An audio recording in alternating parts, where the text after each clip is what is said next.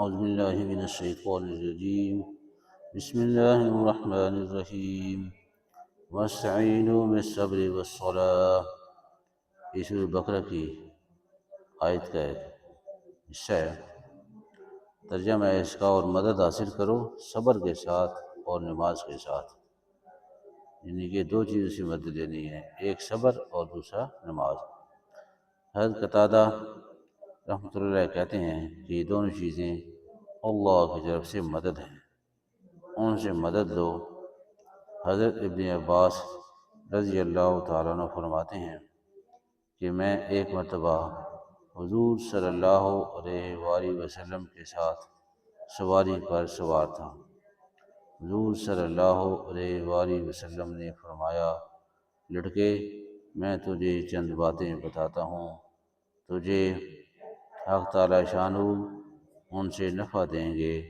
میں نے عرض کیا: ضرور بتائیں. ارشاد فرمایا کہ اللہ کی حفاظت کر، یعنی اللہ کے اس کے حقوق کی حفاظت کر. اللہ تو حفاظت کروانے سے پاک ہے، اس کے حقوق کی حفاظت کرنی ہے. اللہ تعالیٰ شانہ تیری حفاظت فرمائیں گے. اللہ تعالیٰ کے حقوق کی حفاظت کر، تو اس کو ہر وقت اپنی مدد کے لیے سامنے پائے گا. ثروت کی حالت میں، یعنی جب آپ کے پاس خوشحالی ہے، پیسے ہیں، ثروت کی حالت میں اللہ تعالیٰ شانہ کو پہچان لے، یعنی یاد کر لے. وہ تجھے مصیبت کے اوقات میں پہچانے گا، یعنی مصیبت کے اوقات میں آپ کی مدد کرے گا. ویسے اللہ بار کس کو پہچانتا ہے؟ مصیبت کے اوقات میں مدد کرے گا. اور یہ اچھی طرح جان لے کہ جو کوئی بھی مصیبت تجھے پہنچتی ہے وہ ہرگز تجھ سے چوکنے والی نہ تھی، اور جو نہیں پہنچی وہ کبھی بھی پہنچنے والی نہ تھی. تو محترم سامعین، یہ دو چیزیں قرآن پاک کی نظر میں، قرآن پاک کے ذریعے ہمیں ملتی ہیں کہ ہم نے اللہ پاک سے جو مدد لینی ہے وہ دو چیزوں کے ساتھ مدد لینی ہے، ایک صبر کے ساتھ اور دوسری نماز کے ساتھ. نماز کے اندر ہماری قرات لمبی ہو. ایک لفظ آدمی پڑھتا ہے قرآن پاک کا تو ایک لفظ کے بدلے میں 10 نیکی ہیں، اور اسی لفظ کو اگر نماز کے اندر اسی لفظ کو اگر پڑھتا ہے وضو کر کے تو ایک لفظ کے بدلے میں 25 نیکی ہے. اور وہی اسی قرآن پاک کو نماز کے اندر پڑھتا ہے قرات میں، یعنی کہ قیام میں بیٹھ کر پڑھتا ہے تو ایک لفظ کے بدلے میں 50 نیکی ہے.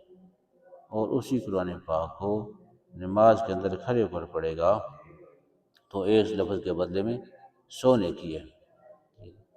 اور پھر یہ تو اس کے لیے جو سمجھ کر بلا سمجھے پڑھے، سمجھ کر پڑھے گا، اپنی زندگی کے اندر عمل میں لائے گا، قرآن کی جو اصول و ضوابط ہیں ان پر عمل کرے گا، جن چیزوں کا اسے فائدہ بتایا گیا اس پر عمل کرے گا، اور جن چیزوں سے منع کیا گیا ان سے روکے گا، تو دنیا آخر کے اندر کامیابی ملے گی.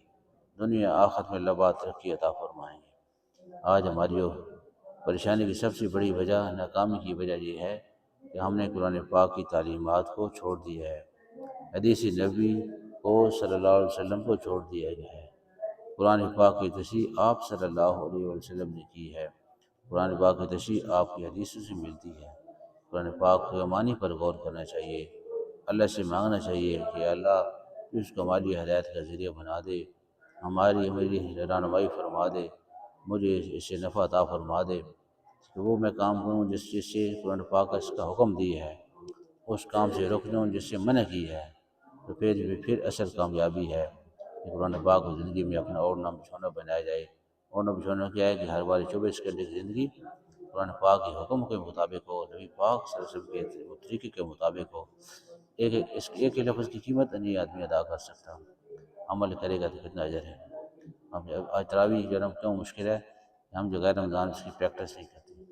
اس غیر رمضان میں پریکٹس کریں، نفلوں کے اندر لمبی لمبی قرات اپنی جو ہے نوافل پڑھیں تو اپنی انفرادی بات میں تو ہماری تراویح بھی آسان ہو جائے گی. اللہ پاک ہم سب کو عمل کرنے کی توفیق عطا فرمائے، اور اسی پیغام کو حکمت، بصیرت، محبت، پیار، اخلاق کے ساتھ دوسروں تک پہنچانے کی توفیق عطا فرمائے، کیونکہ سب سے اچھی چیز اخلاق ہے. کیونکہ آپ کی ارشاد کا مفہوم ہے بلکہ آپ کے ساتھ میں نہیں کہتا ہوں، یہ ایک بات سنی ہے میں نے کہ اگر خوبصورتی کی اگر کوئی شکل ہوتی، کوئی خوبصورتی کی بھی، یعنی ایک شکل ہوتی اخلاق کی، تو سب سے خوبصورت شکل اخلاق، اچھے اخلاق کی ہوتی ہے۔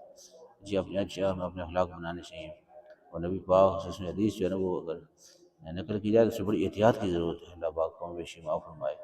بہت شکریہ، جزاکم اللہ خیر۔